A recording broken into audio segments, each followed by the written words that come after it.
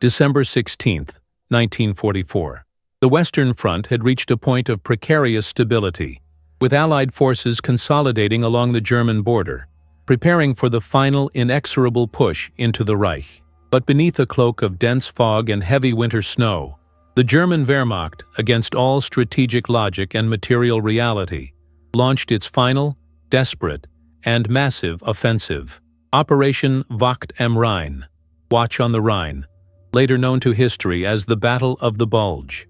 This was not merely a counterattack, it was a high-stakes, all-or-nothing strategic gamble, designed by Adolf Hitler himself to replicate the success of the 1940 Blitzkrieg by punching through the thinly held American lines in the dense, forested Ardennes region. The ultimate objective was the seizure of the vital port of Antwerp, an act that Hitler believed would panic the Western Allies and force a negotiated peace, allowing him to shift his remaining forces eastward against the Soviets. The German command, though fully aware of the immense irreversible material superiority of the Allies, proceeded with the offensive based on several critical, fatal illusions. The primary illusion was the belief in strategic surprise and the paralysis of the enemy. The entire operation was timed to exploit the worst winter weather, dense fog and continuous overcast, which would neutralize the overwhelming power of the Allied Tactical Air Force, the true nemesis of the German armored divisions. The initial success in achieving this surprise was immediate and profound, ripping a massive salient, or bulge, into the unprepared American lines. The second and more catastrophic illusion was the logistical fantasy.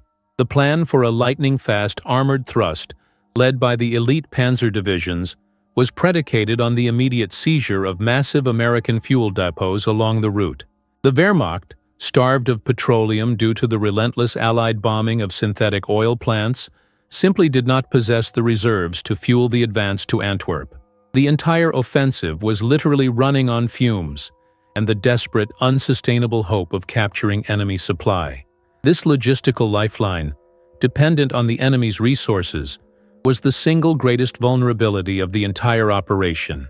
The advance into the Ardennes, a region of dense forests, narrow winding roads, and formidable topography, was a high-risk operational choice.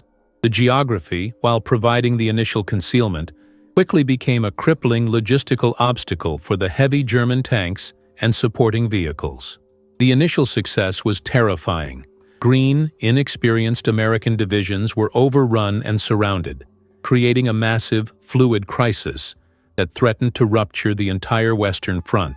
German commanders, intoxicated by the speed of their advance, believed they were reliving the glory of the Blitzkrieg.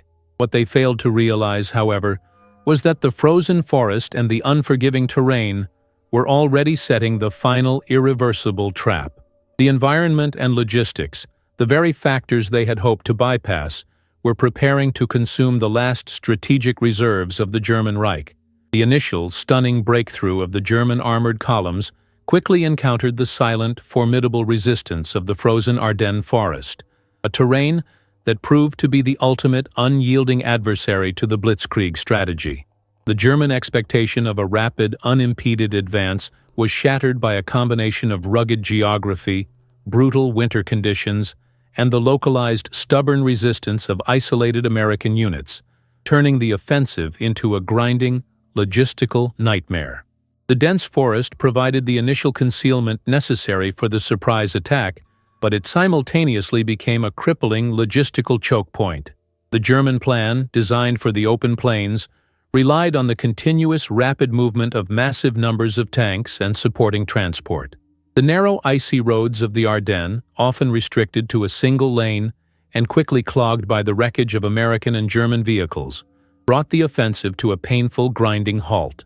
This immobility immediately consumed precious fuel reserves as panzers idled, waiting for the congestion to clear, robbing the Blitzkrieg of its essential speed. The severe winter conditions, heavy snowfall, sub-zero temperatures, and continuous dense fog did not remain the German protector for long. While the fog initially grounded Allied air support, the deep cold became a weapon of attrition against the already undersupplied German infantry. Frostbite, exposure, and combat fatigue began to decimate the ranks, many of whom were ill-equipped for a prolonged winter campaign. The frozen ground and thick snow made off-road movement impossible for the heavy German armor, forcing the tanks onto the predictable, easily ambushed main roads. The forest itself turned against the invader, creating a lethal environmental trap. The initial tactical paralysis was compounded by the localized American defiance. Small, isolated groups of American troops, often engineers, artillery units, and scattered infantry, quickly organized themselves into ad hoc defensive pockets at key crossroads and villages, refusing to be swept aside by the rapid advance. Towns like St. Vith and, most famously, Bastogne became critical, time-consuming obstacles. These localized stands, though costly, forced the German High Command to divert essential armored units and precious time to reduce them, further strangling the logistical flow and guaranteeing the eventual failure of the offensive's timetable. The forest, the cold, and the unyielding resistance of the American soldier were combining to form an insurmountable logistical barrier. The failure of the German commanders to anticipate the speed with which the environment and the small defensive pockets would choke their advance was a terminal strategic error. The frozen forest, the very terrain they had sought to exploit for secrecy, was systematically consuming their operational capacity, slowing the Blitzkrieg to a crawl and ensuring that the final, decisive battles would be fought not on the plains of Belgium, but in the miserable, inescapable confines of the Ardennes woods. Attention, forward recon. You've witnessed how quickly the tables turn when ambition meets environment. The Ardennes was supposed to be a highway to victory, but it became a frozen trap. If the strategic role of terrain and localized defiance resonates with your analysis of the war, then do not let the forest claim this memory. Subscribe now and commit to analyzing the battles where geography dictated the outcome. And here is your tactical query. Was the greatest initial impediment to the German advance the lack of fuel for the tanks, or the localized resistance at the critical crossroads? Drop your strategic assessment in the comments below. Let the historical debate define the choke points of the Bulge. The most debilitating and ultimately fatal weakness of the German offensive was the reality that their primary enemy was not the American infantry or tank fire, but their own logistics.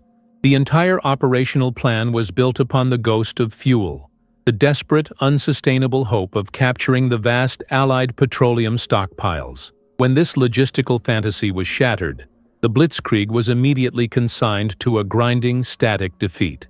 The German logistical failure was multi-layered. First, the lack of petroleum reserves itself was a direct consequence of the systematic, successful Allied strategic bombing campaign against synthetic oil plants. This continuous air assault had crippled the German capacity for fuel production, forcing the High Command into the high-risk gamble of capturing enemy supplies. This strategic constraint guaranteed that the offensive could not sustain itself beyond a few days of rapid movement. Second, the failure to capture intact Allied fuel depots was absolute. The American forces, though initially shocked and routed, quickly executed effective demolition protocols, destroying the massive valuable fuel stockpiles before the advancing panzer units could seize them. German tanks, reaching the pre-planned logistical objectives, found only smoking ruins and cratered earth, a profound moment of strategic realization that their entire operation was fundamentally doomed. The logistical crisis created an immediate operational paralysis. The spearhead German armored divisions, starved of gasoline, began to stall along the congested Ardennes roads, unable to maintain the necessary operational tempo. The sheer consumption of fuel by the heavy Tiger and Panther tanks, vehicles designed for power, not efficiency, meant that the remaining supply was rapidly consumed in localized maneuvering and idling. The immense loss of momentum allowed the overwhelmed American command to regroup, bring up reserves, and, crucially, organize the decisive defenses that would eventually halt the German advance. The tragic irony of the Battle of the Bulge is that the powerful German tanks were often defeated not by superior American firepower, but by simple logistical exhaustion. The sight of massive Tiger tanks, the pinnacle of German military engineering, abandoned on the side of the road, their guns silent and their fuel gauges empty, remains the most powerful symbol of the strategic failure. The German commanders expected a military victory, but the battle was decided by the cold, unforgiving reality of the supply chain. The frozen forest served only to amplify the logistical failure, ensuring that the heavy armor, the very tool of the Blitzkrieg, became its ultimate immobile liability. The ghost of fuel haunted the entire offensive, consuming the last strategic reserves of the German Reich.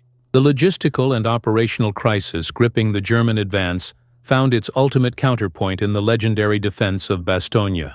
This small, strategically vital crossroads town, situated at the nexus of several major roads in the southern Ardennes, became the anchor of American resolve, a pivotal localized stand that shattered the German timetable and morale.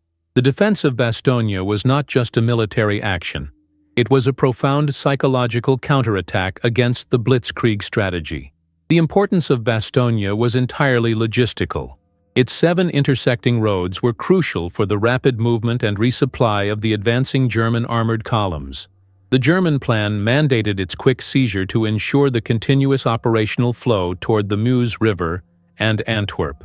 The defense of the town was entrusted primarily to the 101st Airborne Division, the Screaming Eagles, who were rushed into the area with minimal time for reconnaissance, but with absolute clarity on the non-negotiable nature of their mission.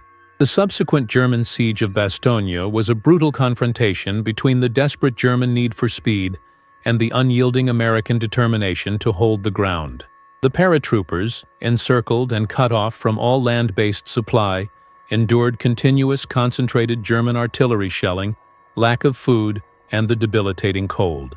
Their defense was characterized by aggressive patrolling, disciplined perimeter defense, and the relentless exploitation of every local advantage, frustrating the German forces and tying up critical armored reserves needed elsewhere. The defense forced the German command to divert immense resources, time, tanks, and infantry, to reduce a single, isolated town, a fatal deviation from their tight operational timetable. The climax of the siege, Brigadier General Anthony McAuliffe's one-word reply, "Nuts," to the German ultimatum demanding surrender, became the instant enduring rallying cry for the entire Allied front. This simple, defiant refusal, delivered from a freezing, besieged position, was a psychological masterstroke, signaling to the Germans and the world that the American will to fight remained entirely unbroken despite the initial shock. The defense of Bastogne transformed the Battle of the Bulge from a crisis into a definitive battle of wills. The strategic consequence was immense. By holding Bastogne, the 101st Airborne effectively created a massive logistical bottleneck, forcing the German armored columns onto longer, slower, circuitous routes through rougher terrain. This delay was fatal. It bought the necessary time for General Patton's Third Army to execute its brilliant rapid turn and counterattack from the south, beginning the irreversible process of relieving the garrison and reducing the Bulge. Bastogne proved that localized, unflinching human resolve, when strategically anchored, could completely disrupt a massive, time-sensitive offensive. The frozen forest had choked the German advance, but the will of the American paratrooper delivered the coup de grace. Attention, Airborne Command. You've witnessed how human will can stop tanks. Bastogne was the anchor that refused to break, delivering a powerful psychological blow to the Blitzkrieg. If the legendary defiance of the Screaming Eagles resonates with your strategic understanding, then do not let their spirit be forgotten. Subscribe now and commit to analyzing the battles where resolve dictated the outcome. And here is your tactical query. Was the defense of Bastogne more crucial due to the delay it caused the Germans or the psychological boost it gave the entire Allied front? Drop your strategic assessment in the comments below. Let the historical debate define the power of defiance.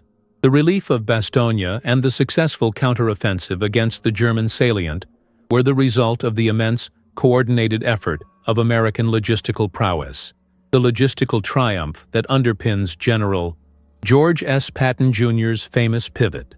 Patton's ability to turn his entire Third Army 90 degrees disengage from the fighting in the Saar region, and launch a full-scale armored assault through the deep snow and freezing weather toward Bastogne was not a miracle of generalship alone. It was a profound, unassailable victory of the American supply system. Patton's operational speed was the direct result of superior logistical flexibility and depth. The American Logistical Corps, accustomed to supporting the massive, continuous advances across France, possessed the operational capacity to rapidly shift the entire supply weight, fuel, ammunition, food, and spare parts, to support the rapid new axis of advance. This logistical agility allowed Patton to move his massive armored divisions with a speed that the German command, suffering from total logistical paralysis, simply could not comprehend or counter. The contrast was absolute. The German forces stalled for lack of fuel. The American forces moved relentlessly, fueled by the vast reserves of the arsenal of democracy. The logistical challenge faced by Patton's advance was immense.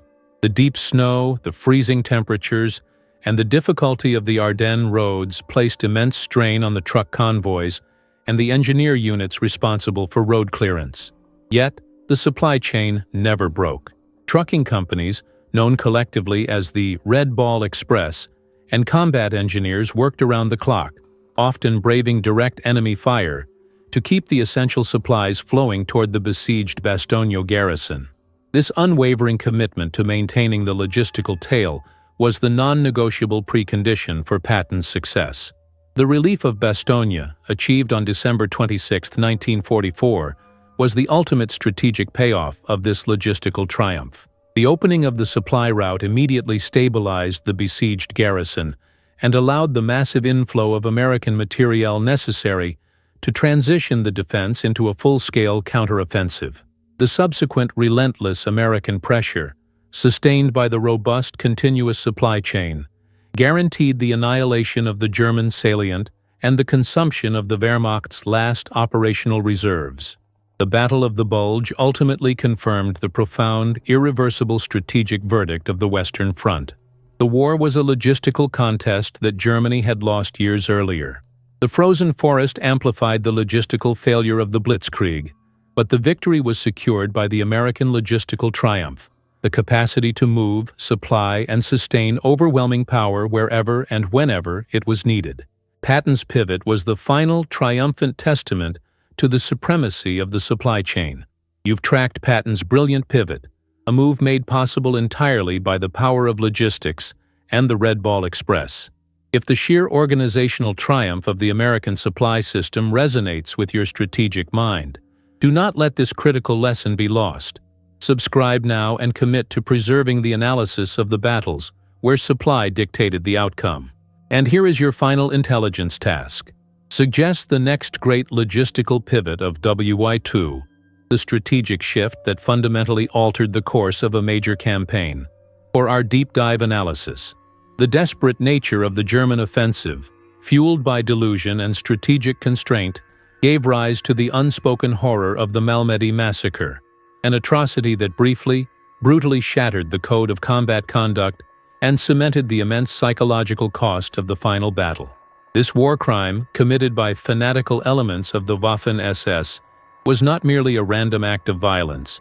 It was a consequence of the strategic desperation that defined the last gasp of the Blitzkrieg.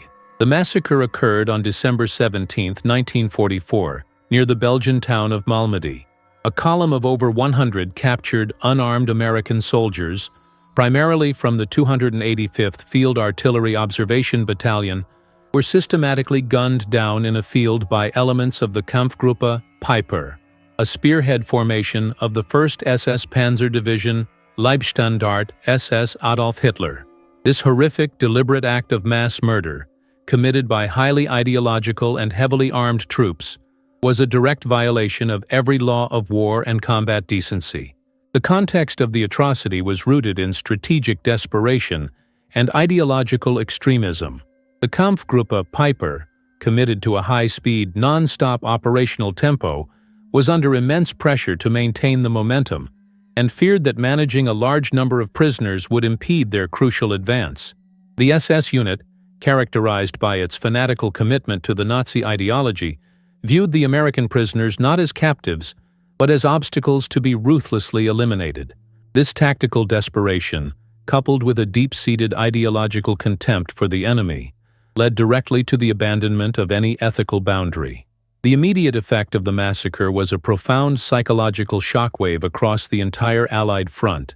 News of the atrocity, which quickly filtered back to the frontline troops, galvanized American resolve, hardening the stance against the fanatical SS units and guaranteeing a fierce, no-quarter resistance in the subsequent fighting. The moral clarity of the conflict was absolute. The American soldier was fighting a ruthless, immoral enemy, and the war became a fight for ultimate survival and justice. The massacre, intended to instill fear, ironically solidified the American determination to fight the final battle to the absolute end. The legacy of Malmedy remains an unspoken horror, a chilling testament to the profound ethical decay that gripped the German military's most ideological units in the face of imminent strategic defeat. The event ensured that the final battles of the Bulge were fought with immense ferocity and immense human cost, a consequence of the complete collapse of the moral code that should have governed the conduct of combat. The desperate nature of the German offensive revealed the dark core of the conflict, demanding a final, total military and moral reckoning. The initial, crucial success of the German offensive was predicated on the weather. The dense fog and heavy clouds that neutralized the overwhelming power of the Allied tactical air force. However, the moment the weather cleared, the Luftwaffe's last gambit to achieve aerial parity was immediately, brutally shattered by the overwhelming response of the Allied Air Force, confirming the total strategic failure of German air power. The Allied Air Force, released from its confinement, immediately descended upon the German armored columns with devastating systematic precision. The narrow roads of the Ardennes, already choked by the German advance, became continuous shooting galleries for the Allied fighter-bombers. The overwhelming American and British air superiority, fueled by the immense logistical output and the continuous flow of replacement aircraft, guaranteed that the German tanks and transport columns were subjected to relentless, accurate attack, severely limiting their mobility and inflicting massive materiel losses. The Allied Air Force effectively acted as a hammer against the German anvil of American ground defense. The German Luftwaffe, suffering from catastrophic fuel shortages, a lack of trained pilots, and the continuous loss of its airfields, could offer only a sporadic, futile resistance. The German High Command, in a desperate final effort to achieve aerial parity, committed its last operational reserves to the skies, including the use of captured or disguised Allied aircraft in sabotage missions and the commitment of the new experimental Me-262 jet fighters. These efforts, however, were entirely overwhelmed by the sheer numerical superiority and the operational tempo of the Allied Air Force. The brief appearance of the advanced German jets only confirmed the ultimate truth. Technological superiority, when divorced from fuel and mass production capacity, is strategically meaningless. The destruction inflicted by the Allied Air Force was the final non-negotiable factor that guaranteed the strategic failure of the Blitzkrieg. The relentless bombing and strafing compounded the logistical paralysis on the ground, ensuring that fuel and ammunition simply could not reach the forward German spearheads. The loss of momentum, initiated by the logistical failures, was finalized by the continuous destructive power of the Allied Air Command. The German expectation of a quick victory was definitively shattered by the sheer unyielding material superiority of the Allied air war.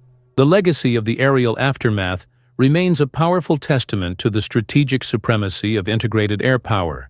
The Allied ability to maintain continuous air superiority, fueled by immense logistical depth, was the decisive strategic weapon that broke the back of the German armored offensive. The frozen forest had choked the advance, but the relentless systematic air attack delivered the final fatal blow to the Blitzkrieg. The Battle of the Bulge was not fought solely with tanks and rifles.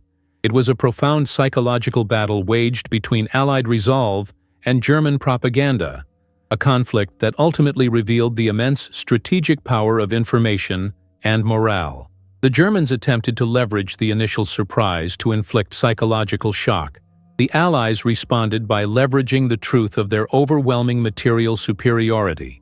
The initial German propaganda was designed to sow panic and fragmentation. The deployment of English-speaking commandos in American uniforms, Operation Greif, aimed at spreading confusion and misinformation behind the lines, was a tactical effort to amplify the psychological impact of the surprise attack. The propaganda machine relentlessly exaggerated German successes and minimized the overwhelming logistical and material reality of the Allied counterattack, attempting to instill the belief that the entire Allied front was on the verge of collapse. This psychological operation was a desperate attempt to compensate for the fundamental lack of material power. The Allied response was rooted in truth and confidence. The unwavering commitment of the High Command to the counterattack, the defiant stand at Bastogne, and the steady, visible flow of replacement supplies and reinforcements were the most effective psychological countermeasures. The sight of massive truck convoys, fresh troops, and the continuous presence of Allied air superiority served as the ultimate unassailable refutation of the German propaganda. The logistical triumph was a powerful psychological weapon, guaranteeing the American soldier that his sacrifice was supported by an industrial system that could not be defeated. The psychological climax of the battle was the hardening of American resolve following the Malmedy Massacre. The news of the atrocity provided a profound moral clarity to the conflict, transforming the battle from a strategic necessity into a moral imperative. The American soldier, fighting a ruthless, immoral enemy, was galvanized by a renewed sense of purpose and a non-negotiable commitment to fight the final battle to the absolute end. The German terror tactics, intended to sow fear, ironically solidified the Allied determination. The psychological battle of the Bulge confirmed the immense strategic power of morale and information. The German propaganda effort was ultimately overwhelmed by the visual material reality of the Allied logistical supremacy. The confidence of the American soldier, supported by the unshakable knowledge of the overwhelming resources of the homeland, was the final decisive psychological factor that guaranteed the annihilation of the German salient and the total collapse of the enemy's moral will. The strategic failure of the Battle of the Bulge was definitively marked by the final collapse of German operational mobility, a terminal state of immobility that guaranteed the annihilation of the German salient and confirmed the irreversible defeat of the Blitzkrieg strategy in the West. The logistical chaos, amplified by the unforgiving environment and the relentless Allied counterattack, created a profound strategic vulnerability that the German forces could not overcome. The collapse of mobility was rooted in the critical loss of fuel and vehicles. The failure to capture Allied fuel depots, coupled with the immense consumption of fuel by the heavy German armor, meant that the spearhead German divisions were rapidly rendered immobile. Tanks, once the symbol of the Blitzkrieg speed, were abandoned on the side of the road, systematically destroyed by their own crews to prevent capture, a massive and irreplaceable loss of material. The supply chain, choked by congestion and the relentless Allied air attacks, could no longer deliver the necessary petroleum to sustain the operational pace. The immobility was compounded by the unforgiving terrain. The heavy snow and freezing temperatures confined the German armor to the narrow, easily ambushed main roads. The German army, unable to execute the essential flanking and maneuver tactics of the Blitzkrieg, was forced into a static, costly defensive position that was instantly vulnerable to the overwhelming American artillery and armored counterattack. The frozen forest, which had initially provided concealment, became the ultimate logistical prison, guaranteeing the final strategic entrapment. The loss of mobility provided the Allied forces with the strategic window necessary to execute the decisive counteroffensive. General Patton's rapid pivot and the commitment of fresh, fully mobile American reserves ensured that the German salient was met with overwhelming speed and operational flexibility. The German High Command, unable to reinforce, resupply, or efficiently withdraw its trapped forces, watched as its final operational reserve was consumed in a terminal war of attrition. The speed of the American counterattack was entirely dependent on the strategic immobility of the German forces. The final collapse of German operational mobility confirmed the ultimate strategic verdict of the Battle of the Bulge. The entire offensive was a high-risk suicidal gamble that was fatally undermined by logistical failure. The German commanders expected a quick victory, but the frozen forest, the lack of fuel, and the relentless American counterattack sealed the fate of the Blitzkrieg, ensuring that the last great offensive in the West resulted only in the total, irreversible consumption of the German military's fighting capacity. The defining legacy of the Battle of the Bulge is the profound triumph of the American system, a victory that confirmed the decisive role of industrial capacity, logistical resilience, and command flexibility in modern total war. The German offensive, designed to achieve a political and military coup, was defeated by the overwhelming systematic power of the American war machine. The triumph was rooted in logistical supremacy. The ability of the American supply chain to rapidly pivot, sustain the high-intensity counteroffensive, and ensure that the necessary fuel and materiel reached the front lines, regardless of weather or terrain, was the ultimate strategic weapon. The organizational resilience of the American Logistical Corps, the Red Ball Express, the engineers, and the supply depots guaranteed that the German forces were met with overwhelming, sustained pressure. The German logistical failure was the American strategic asset. The triumph was also defined by command flexibility and discipline. The Allied command structure, led by Eisenhower and executed by figures like Patton and McAuliffe, demonstrated the necessary strategic rationality to weather the initial crisis, commit reserves decisively, and maintain the operational tempo required for the sustained counteroffensive. The disciplined, unflinching resistance of the frontline troops, supported by professional leadership, provided the essential human factor that guaranteed the localized victories that anchored the strategic defense. The Battle of the Bulge confirmed the profound, irreversible strategic verdict of the Western Front. The war was a logistical contest that Germany had definitively lost. The consumption of the German Wehrmacht's last operational reserves in the Ardennes guaranteed the swift collapse of the Western Front in the spring of 1945. The frozen forest served as the ultimate stage for the final, decisive demonstration of the material and industrial superiority of the American system. The legacy of the Battle of the Bulge remains a powerful testament to the principle that strategic victories are built on logistical foundations. The immense courage and sacrifice of the American soldier were the necessary preconditions, but the final unassailable triumph was secured by the American capacity to mobilize, supply, and sustain overwhelming power wherever and whenever it was needed. The German commanders expected a quick victory, but the American system delivered a strategic, terminal defeat. The initial rapid movement of the German armored columns through the Ardennes instantly triggered a frantic engineers' scramble on both sides of the front, a high-stakes, localized conflict over the destruction and subsequent repair of the vital bridges necessary for strategic mobility. The integrity of the bridges, spanning the numerous waterways of the Ardennes, was the final, non-negotiable factor that dictated the speed and viability of the German advance and the effectiveness of the American counterattack. The German advance was critically dependent on the capture of intact bridges across the Meuse River, the final major water obstacle before Antwerp.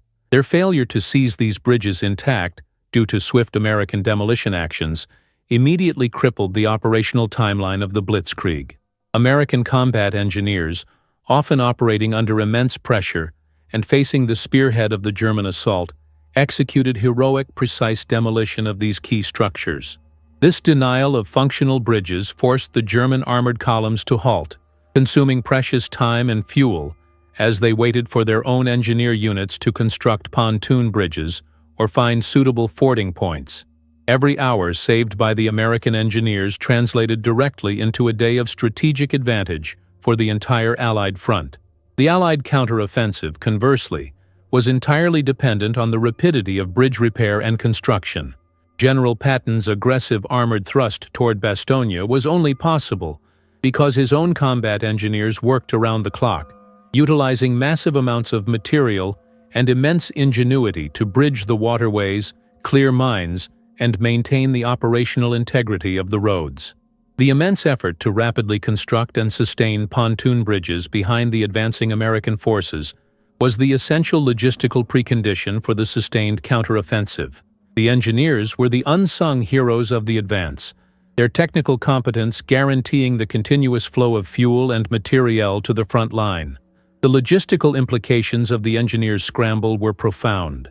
The German failure to seize the necessary bridges and the subsequent paralysis of their movement confirmed the terminal nature of their fuel shortage and their lack of logistical depth. The American success in rapidly repairing and constructing bridges, conversely, was a visible, unassailable demonstration of their organizational and material supremacy. The engineers' war in the Ardennes was not just a battle over steel and concrete. It was a high-stakes conflict over time and mobility, a conflict that the American supply system was uniquely equipped to win, guaranteeing the final, total annihilation of the German salient. The fate of the Blitzkrieg was decided not by the tank, but by the efficiency of the demolition charge and the speed of the pontoon. The Battle of the Bulge served as the terminal, definitive display of tank warfare's endgame for the German Wehrmacht, a brutal confrontation that consumed the last operational reserves of their formidable heavy armor. The immense consumption and subsequent abandonment of the heavy German tanks, particularly the Tiger and Panther, confirmed the irreversible strategic logic that quality and technology cannot compensate for a total failure in logistics and industrial output. The German offensive was spearheaded by the very best of their armored technology.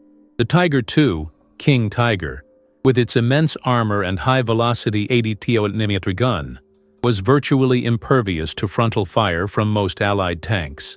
The sight of these massive, terrifying machines was intended to inflict a psychological shock that would paralyze the American defense.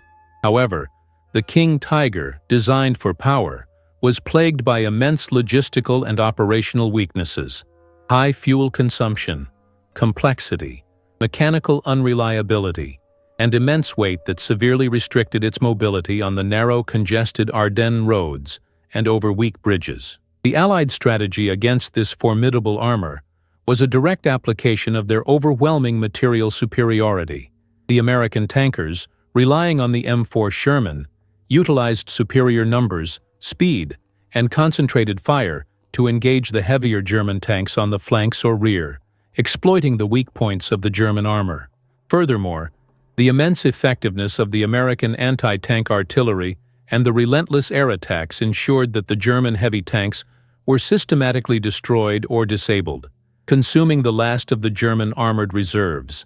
The immense consumption of German heavy armor in the Ardennes was an irreversible strategic loss. The German industrial system, already crippled by Allied bombing, could not replace the losses of these complex, resource-intensive machines. The immense cost of the King Tiger was paid for by a brief, futile advance that ended with the tanks abandoned, often due to lack of fuel or mechanical breakdown, rather than enemy fire. The failure of the King Tiger to achieve its operational objective was the definitive proof that technological superiority is strategically meaningless when the military system cannot sustain its movement and repair. The legacy of the tank warfare in the Ardennes remains a testament to the ultimate strategic verdict: logistics triumphs over technology. The superior German heavy armor was ultimately defeated not by better tanks, but by the relentless systematic application of American fuel, mobility, and superior organizational capacity. The Battle of the Bulge consumed the final armored reserves of the German military machine, guaranteeing that the final battles for the German heartland would be fought against a virtually unopposed Allied armored force. Attention, Tank Command! You've witnessed the high-cost demise of the mighty King Tiger, a brutal lesson that technology dies without fuel and logistics. If the final verdict on tank warfare's strategic limits resonates with your mind, do not let this strategic memory stall. Subscribe now and commit to analyzing the battles where supply dictated the final armored maneuver. And here is your tactical query. Was the King Tiger's greatest weakness its mechanical unreliability, or the extreme fuel consumption mandated by the Blitzkrieg timetable? Drop your strategic assessment in the comments below. Let the historical debate define the limits of heavy armor. The immense strategic confrontation in the Ardennes was compounded by a severe medical nightmare, a relentless, high-cost battle against the brutal winter environment that inflicted catastrophic casualties on both sides, particularly through frostbite, exposure, and the trauma of fighting in sub-zero temperatures. The immense logistical challenges of managing this medical crisis placed an immense burden on the already strained logistical and medical support systems. The medical crisis was rooted in the unpreparedness for the severity of the winter. The German Wehrmacht, operating under the delusion of a quick victory, was catastrophically ill-equipped for the deep snow and sub-zero temperatures. The lack of proper winter clothing, specialized boots, and heating materials led to massive, crippling casualties from frostbite and exposure, injuries that often exceeded the losses from direct combat. The German medical support system, already hampered by the logistical collapse, was entirely overwhelmed by the sheer number of non-combat casualties, consuming vital medical supplies and manpower. The American forces, though better equipped, also suffered immense casualties from the cold, particularly the Green troops who were rushed into the front lines. The constant exposure, the difficulty of maintaining warm, dry positions in the freezing foxholes, and the sheer physical exhaustion of fighting through deep snow placed the medical support system under extreme pressure. The severity of the wounds sustained in the intense close-quarters combat was amplified by the cold, complicating treatment and evacuation. The immense logistical challenge of medical evacuation during the battle was a test of the American supply system's resilience. The deep snow and the congested roads severely hampered the movement of ambulances and transport vehicles, delaying critical medical aid for the wounded. The rapid construction of field hospitals and the utilization of every available resource, including air evacuation when the weather permitted, was a necessary, massive effort to manage the immense medical cost. The courage of the American medical personnel, often working under direct enemy fire and in brutal conditions, was a final, unassailable example of human endurance. The strategic consequence of the medical nightmare was the massive, systematic erosion of fighting capacity. The German forces, already suffering from critical manpower shortages, were decimated by non-combat injuries, confirming the catastrophic failure of their logistical and planning staff. The immense cost of the Cold War in the Ardennes remains a chilling testament to the profound human consequence of total war fought in an unforgiving environment, highlighting the necessary, immense sacrifice required to manage the medical logistics of the conflict. The Battle of the Bulge was a profound scramble for intelligence, a high-stakes conflict fought between German operational secrecy, American intelligence complacency, and the decisive countermeasures implemented by Allied command. The initial devastating German surprise attack was a direct consequence of a strategic intelligence failure, but the subsequent Allied recovery was a testament to the systematic application of signals intelligence, SIGINT, and coordinated aerial reconnaissance. The German initial success was rooted in unprecedented operational secrecy. The movement of massive armored divisions, the concentration of supplies, and the coordination of the initial assault were executed with a level of secrecy that completely fooled the overconfident Allied intelligence apparatus. The systematic use of radio silence, the reliance on courier systems, and the camouflage of the massive buildup were tactical masterpieces that neutralized the Allied intelligence advantage and guaranteed the shock of the surprise attack. The psychological paralysis of the Allied command in the initial hours was a direct consequence of this intelligence failure. The Allied recovery was driven by the systematic application of signals intelligence. Once the attack was underway, the German Wehrmacht, compelled by the demands of command and control, was forced to break radio silence. The continuous monitoring and interception of German communications, coupled with the immense code-breaking capacity of Ultra at Bletchley Park, provided the Allies with real-time intelligence on the German objectives, troop movements, and the critical logistical failures. This intelligence advantage allowed the Allied command to rapidly identify the spearhead German units, anticipate their objectives, and commit reserves decisively. The crucial turning point was the restoration of aerial reconnaissance. The moment the weather cleared, the Allied Air Force, released from its confinement, immediately provided the photographic and visual intelligence necessary to track the German armored columns, identify their bottlenecks, and direct the devastating air attacks. The coordinated application of SIGINT and aerial reconnaissance guaranteed that the German forces, already suffering from logistical paralysis, were now fighting blind against an enemy that possessed a clear, real-time picture of their operational status and intentions. The legacy of the intelligence scramble remains a testament to the immense strategic power of information superiority. The German failure to sustain operational secrecy, coupled with the Allied systematic capacity to process and utilize real-time intelligence, was the non-negotiable factor that guaranteed the strategic annihilation of the German salient. The initial surprise was a brilliant tactical success. The subsequent failure was a profound strategic defeat, dictated by the systematic application of Allied intelligence superiority.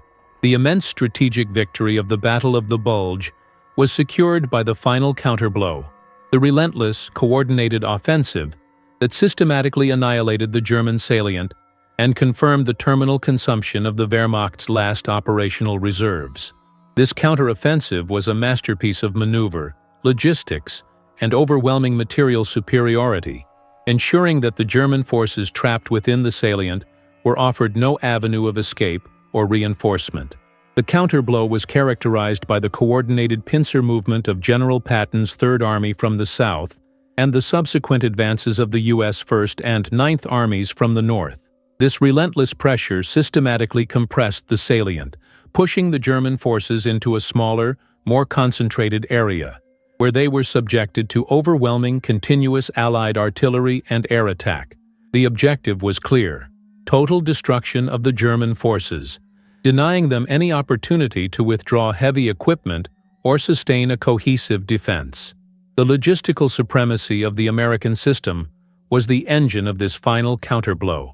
The massive flow of fuel, ammunition, and replacement tanks, sustained by the resilient supply network, guaranteed that the American armored divisions could maintain the continuous, high-intensity pressure required for the annihilation of the salient.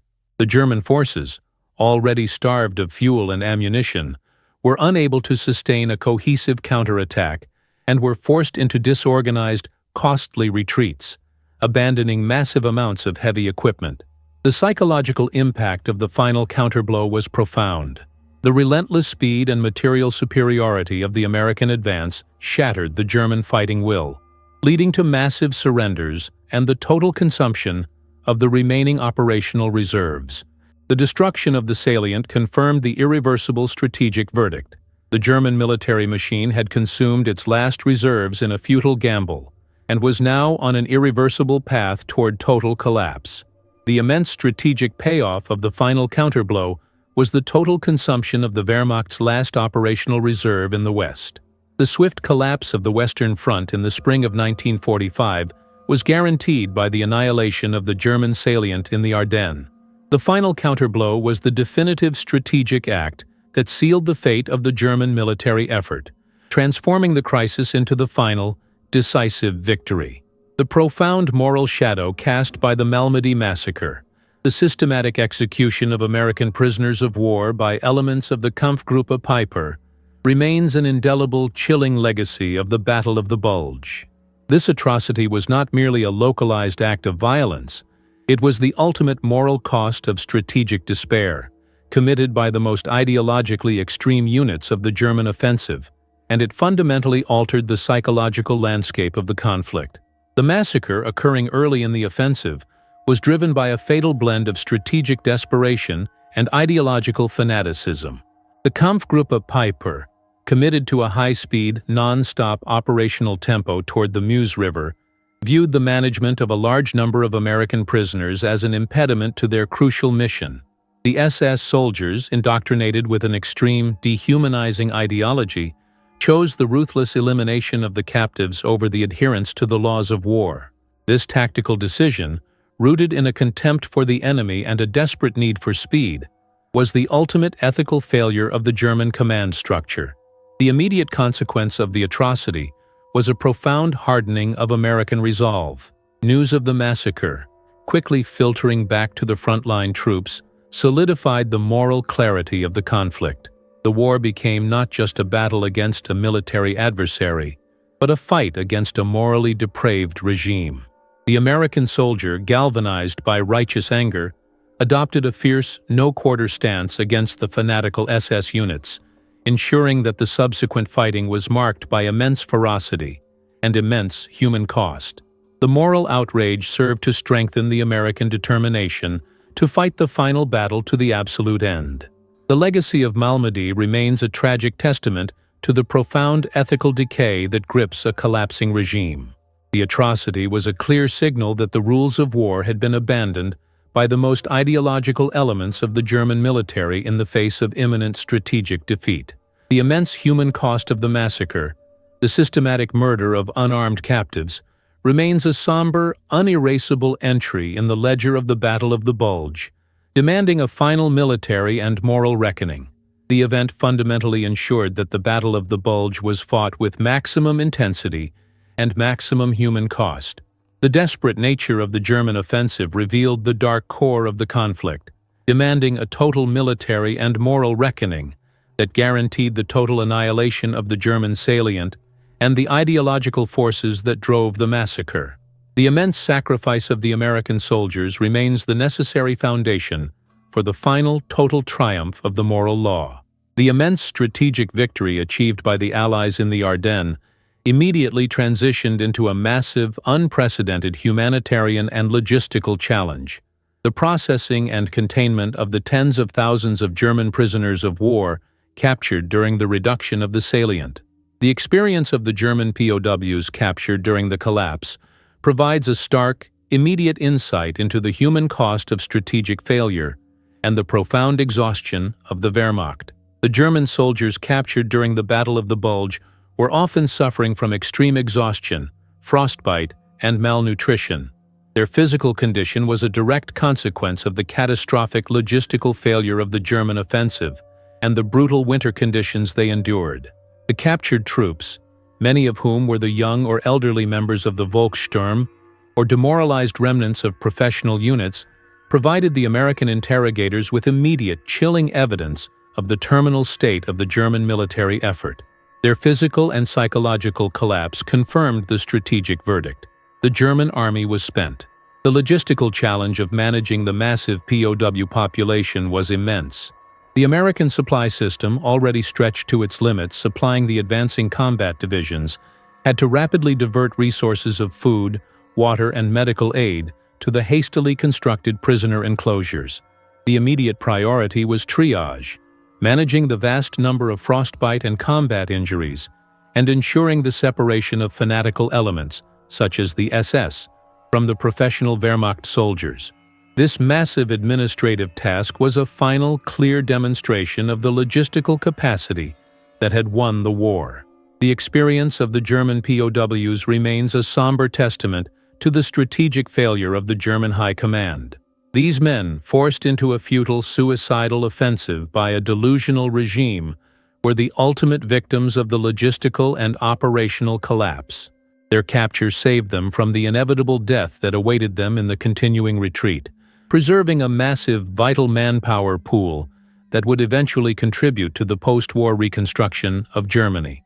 The American system, by managing the massive captivity with efficiency and adherence to the laws of war, demonstrated a profound moral and organizational contrast to the ethical failures of the collapsing regime. The legacy of the German POW experience in the Ardennes is a final, clear confirmation of the ultimate strategic verdict. The war was lost in the logistical planning rooms, and the final cost was paid by the exhausted soldiers who were consumed by the demands of the environment and the failures of their command.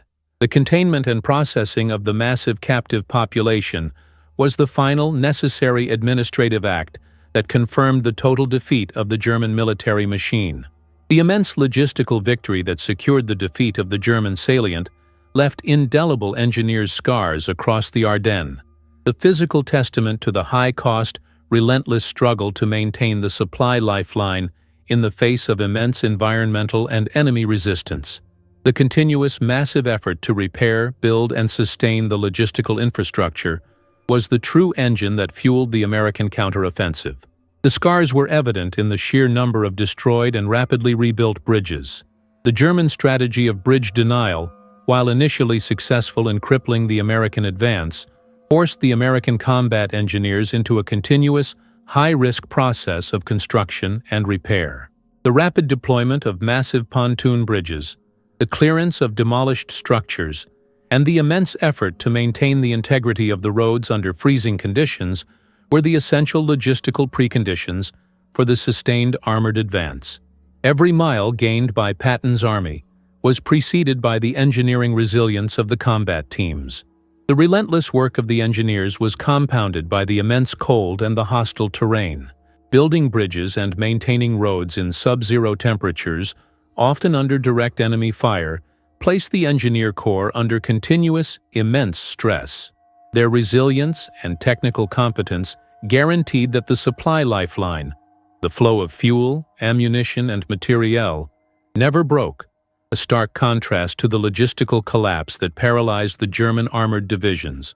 The engineers' commitment to the mission was the non-negotiable factor that guaranteed the operational capacity of the American fighting force. The legacy of the engineers' scars remains a powerful testament to the supremacy of logistical commitment. The American military, backed by the immense industrial capacity of the homeland, demonstrated an unparalleled ability to overcome the immense infrastructural challenges imposed by the environment and the enemy. The immense cost of the engineering effort, the resources consumed, and the sheer human labor expended was the final necessary price paid to ensure that the strategic counteroffensive was sustained to the point of total victory.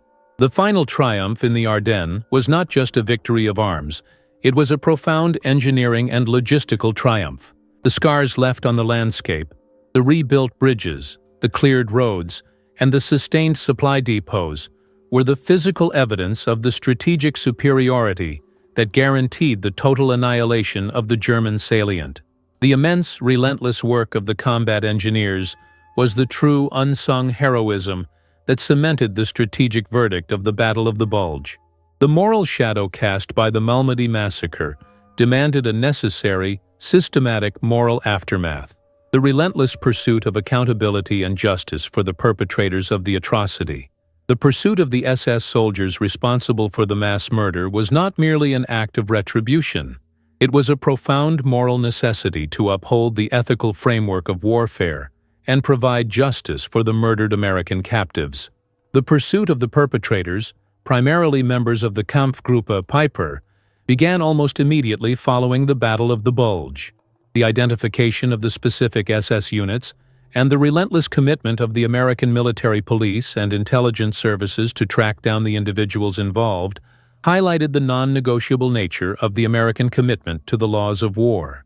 The moral urgency to bring the perpetrators to justice was immense, providing a final, definitive distinction between the ethical standards of the Allied forces and the moral decay of the collapsing German regime. The subsequent Malmedy Massacre trial, held in Dachau in 1946, became a pivotal moment in the history of war crimes accountability. The trial, focusing on the systematic execution of unarmed prisoners, served as a powerful public declaration that the atrocities committed by the most ideological elements of the German military would not be ignored or forgiven.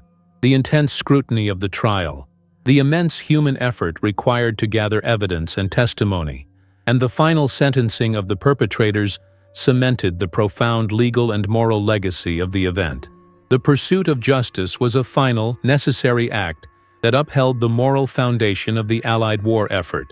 It ensured that the extreme brutality and ethical failures of the German regime were met with the full force of the law, providing a final, definitive moral verdict on the conduct of the conflict. The moral aftermath of Malmedy was a profound demonstration that the war was fought not just for territorial or political objectives, but for the fundamental preservation of human dignity and the laws of armed conflict. The legacy of accountability remains an enduring testament to the moral cost of strategic despair. The systematic execution of the American captives was an unpardonable sin that demanded a final, legal reckoning. The commitment of the American military to pursuing justice confirmed the ethical high ground of the Allied forces, ensuring that the total victory was founded upon the unassailable commitment to the moral law. The defining legacy of the Battle of the Bulge is the ultimate strategic verdict confirming the resilience of the American system, a total triumph of logistical planning, industrial capacity, and command rationality over strategic delusion and material bankruptcy. The German offensive, designed to achieve a rapid, politically decisive coup, was systematically broken by the overwhelming systematic power of the American war machine. The core verdict was the unassailable supremacy of logistics. The ability of the American supply chain to rapidly pivot, sustain the high-intensity counteroffensive, and ensure that the necessary fuel and materiel reached the front lines, regardless of weather or terrain, was the ultimate strategic weapon. The organizational resilience of the American logistical corps guaranteed that the German forces were met with overwhelming, sustained pressure, consuming the last operational reserves of the Wehrmacht. The ultimate triumph was also defined by command rationality and morale. The Allied command structure demonstrated the necessary strategic discipline to weather the initial crisis, commit reserves decisively, and utilize superior intelligence to manage the counteroffensive. The morale and resilience of the frontline troops, supported by professional leadership and the guarantee of the supply chain, provided the essential human factor that transformed the crisis into the final, total triumph. The German strategic failure, conversely, was rooted in the moral and operational collapse of its command. The Battle of the Bulge confirmed the profound, irreversible strategic verdict of the Western Front. The war was a logistical contest that Germany had definitively lost. The consumption of the German Wehrmacht's last operational reserves in the Ardennes guaranteed the swift collapse of the Western Front in the spring of 1945. The ultimate triumph of the Allied powers was the triumph of the industrialized, logistical, and organizationally cohesive war machine, a legacy that cemented the principles of total war and strategic supply as the non-negotiable foundations of global conflict. The final legacy of the Battle of the Bulge is a powerful testament to the resilience of the democratic system. The ability to absorb the initial shock, rally overwhelming resources, and achieve total victory against a determined, fanatical adversary confirmed the unassailable strength of the American industrial and moral foundation. The frozen forest amplified the logistical failure of the enemy, but the ultimate strategic verdict was delivered by the superior, systematic power of the American system.